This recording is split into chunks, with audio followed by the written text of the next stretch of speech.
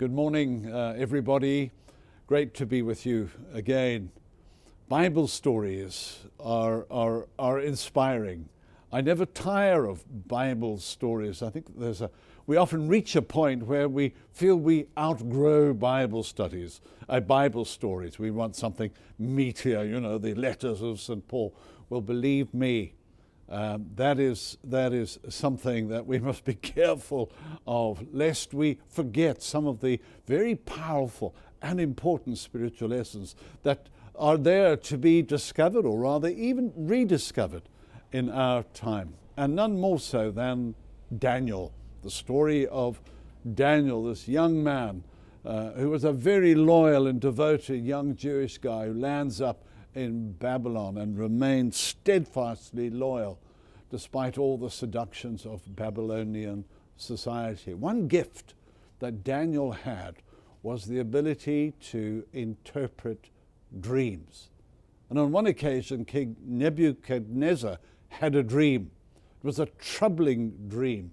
And he asked for advice from his counselors, from his dream interpreters, the astrologers, you name it.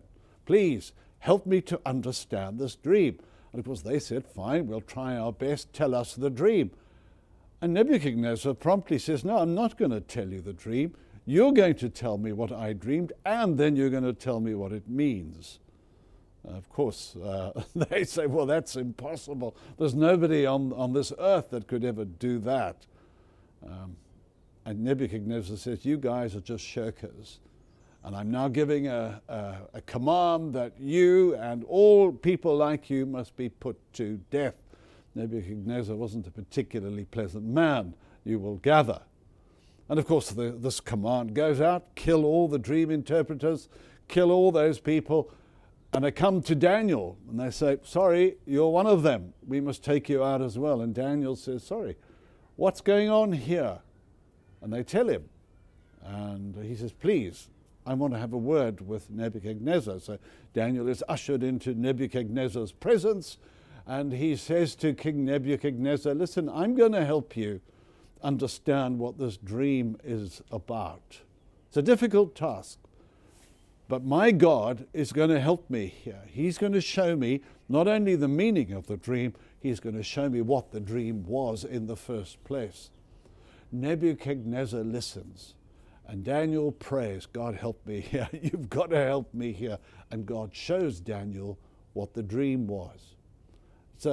It's an interesting dream, big statue. And the statue has a head of gold, shoulders and chest made of silver, and thighs made of bronze. And if you looked right down at the bottom of the statue, you would have seen that the feet were made of a mixture of iron and clay. Now Daniel describes the dream, and then he goes on to help Nebuchadnezzar to understand what it's about. It was about empires and movements and changes of empire.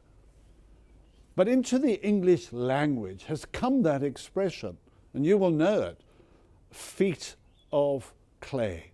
Very impressive, huge statue, gold, silver, bronze, but it's all built on something that is essentially weak. And so we speak of something or someone having feet of clay. Outwardly impressive, perhaps, outwardly strong, but at a vital point in their lives, there is a weakness, and that weakness might just cause that person ultimately to stumble and to be destroyed. Feet of clay. Now here's a thought that perhaps we all have to a greater or lesser extent. Feet of clay. We may profess to have a faith in God, and that's wonderful. But the Bible says, be careful, lest we think more highly of ourselves than we ought. The Bible over and over is telling us, be careful. Don't be puffed up with your own importance. Don't let that ego assume control of you. Because we all, to a greater or lesser extent, as I said, have feet of clay. Even the great Apostle Paul in Romans admits, he says, there are times when I find myself doing things that I don't or shouldn't be doing. And the things that I should do, those are the things that I don't. And then he cries out in a moment of great frustration, "Oh, wretched man that I am." Now, I appreciate the honesty of Paul there. As impressive intellectually, as strong spiritually as he may have been, he recognized that deep down he had feet of clay.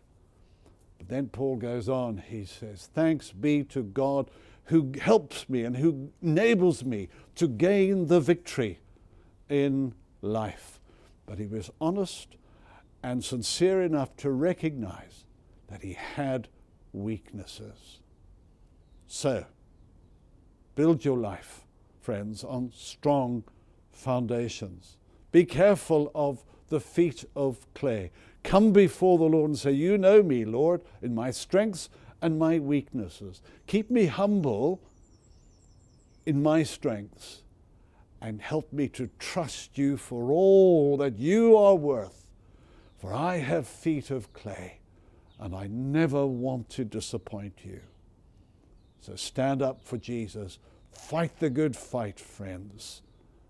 And God be with you.